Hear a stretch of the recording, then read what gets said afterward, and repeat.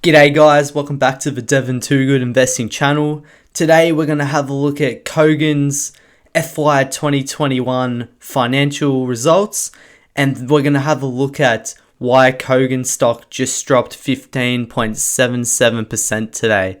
And we're going to have a look into why that happened and what's next for Kogan. But guys, before we get into it, please hit like on this video and please subscribe to my channel for more investing content. Alright guys, let's start at the top. Gross sales is up 52.7% to $1.179 billion. And since FY19, you can see that Kogan has grown gross sales at a CAGR of 46.2%. Now, gross sales is a very important metric for Kogan as it takes into account their total gross value traded, and it includes things like Kogan Mobile and the marketplace transaction values. Revenue is also showing some very impressive growth, up 56.8% year over year to $780.7 million, and we can see that's grown at a CAGR of 33.4% since FY 2019. Likewise, we can see gross profits up 61%, which is very nice to see. And then this is where we see sort of some weird stuff going on. So we can see adjusted NPAT is up 43.2%, all the way up to $42.9 million. And that's a CAGR of 51.8% since FY 2019. However, NPAT, so the non-adjusted NPAT is down 86.8% to $3.5 million. Reflecting one-off inventory logistics and Mighty Ape acquisition costs. Now, just off looking at this right off the top, this is probably why the stock is down 15% today. But in this video, we're going to dig in and try to work out whether this is an issue or not. As we can see, same story again. Adjusted EPS is up 27.2% year over year, whereas EPS was down 88.3% year over year. And what this is showing us is that adjusted EPS does not use GAAP accounting rules, while the non-adjusted EPS does use GAAP accounting rules. So they're forced to include these one-off costs, as we can see up here, such as our inventory logistics and the Mighty Ape acquisition costs. Now you might be asking, why would Kogan do this? Why have an adjusted EPS and then a GAAP EPS? Well, the management probably believes that since these items are expected to be one-off costs, then they believe that the adjusted EPS better reflects the performance of the business. So if we turn our attention back to the second last line, you can have a look at Kogan.com. Active customer base is up 46.9%. This is excluding Mighty Ape, and that brings us to 3.2 million customers. And we can see Mighty Ape active customers grew to 764,000. But if we bring up our calculator here, what we can do is we can put the Kogan active customers, which is 3.2 million, and divide it by 25, which is the total population of Australia. And we can multiply this by 100 to get into a percent. You can see that 12.8% of Kogan customers, assuming that all the customers are in Australia, well, Kogan's got 12.8% of the country, and that's not including kids and, you know, the older population who don't really use the internet or online shopping. You can see that they do hold a significant market share, and this does seem to be growing quite rapidly right now. Then finally, net cash at financial year end. This is the total cash minus the debt. And we have a leftover amount of 12.8 million. So we can pretty much say that the balance sheet has a rough debt to cash ratio of roughly 1. I wouldn't say it's necessarily a massively strong thing about the company, but hey, it's acceptable. They can service themselves. That's okay. So I think the main takeaway from these financial results that we can see in front of us right here is that the underlying business does seem to be growing. They're growing revenues. They're growing their active customer base.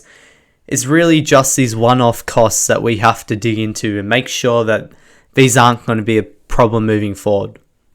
I think one thing that's quite exciting about Kogan is the Kogan First growth.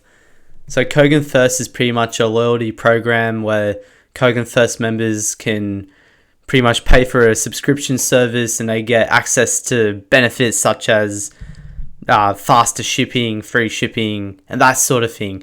But we can see that it grew to over 120,000 members as of the 30th of June 2021. And if Kogan can sort of reach their long-term goal of 1 million Kogan First subscribers, we could probably really see this revenue in this category really expand out and become a really significant part of the business. And it will probably drive a lot of profitability moving forward. Especially since subscription models like this, they're going to have really good gross margins. So a lot of that revenue is going to come down and flow into profits on that bottom line. So just to remind ourselves, we had unadjusted NPAT of $3.5 million and adjusted NPAT of $42.9 million. So let's have a look at where some of these one-off expenses came from. So you can see, first of all, we have an unrealized FX gain. Well, in this case, it's a loss. This is usually because a company will hold foreign currencies or have their profits made in a foreign currency. Honestly, this is pretty minor. I wouldn't worry about it, and we can move on from this one. So the next expense on the list here is equity-based compensation, and that cost $15.6 million. Now, this isn't a real cash expense, hence why a lot of management teams do leave it out of the adjusted EPS and NPAT.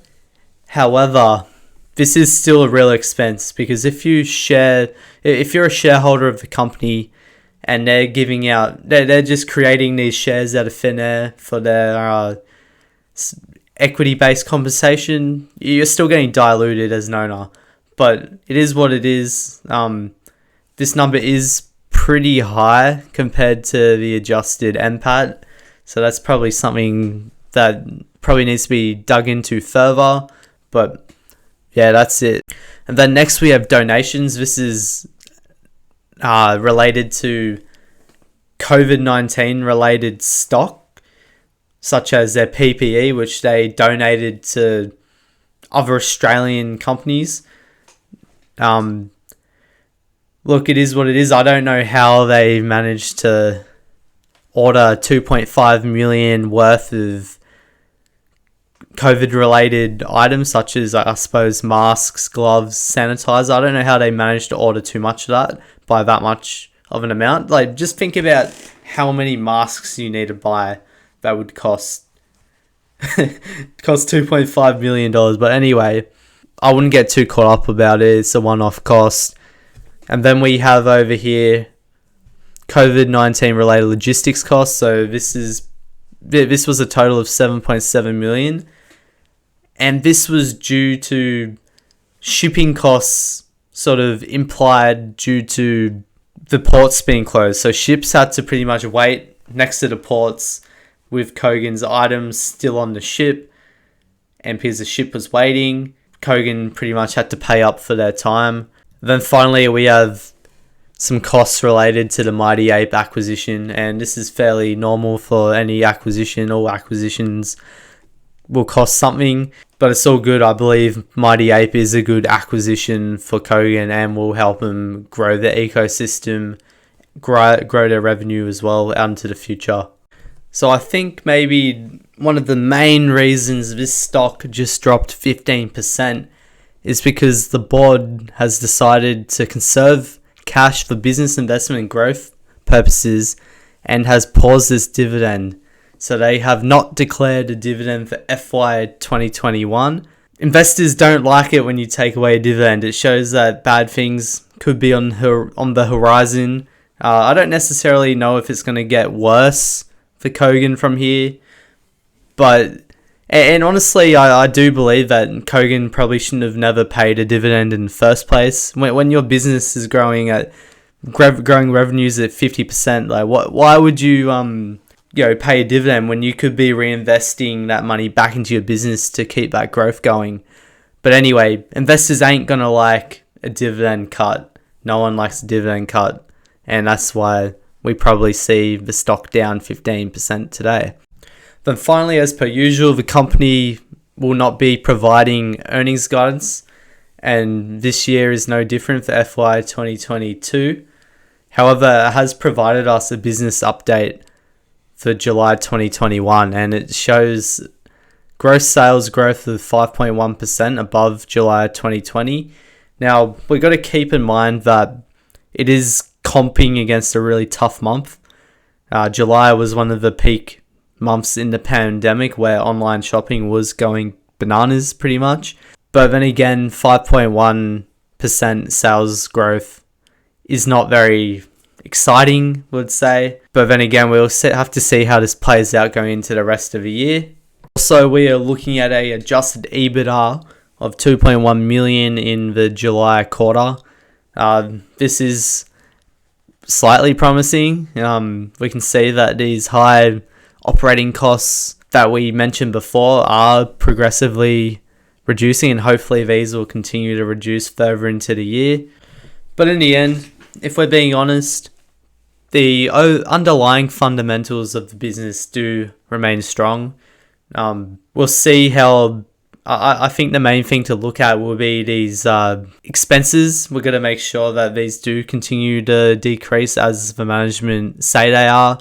And I think also we're going to have to keep an eye on this sales growth, because if we're only going to be growing at 5% going into the future, I think you're probably going to end up losing money in this stock with its current valuation.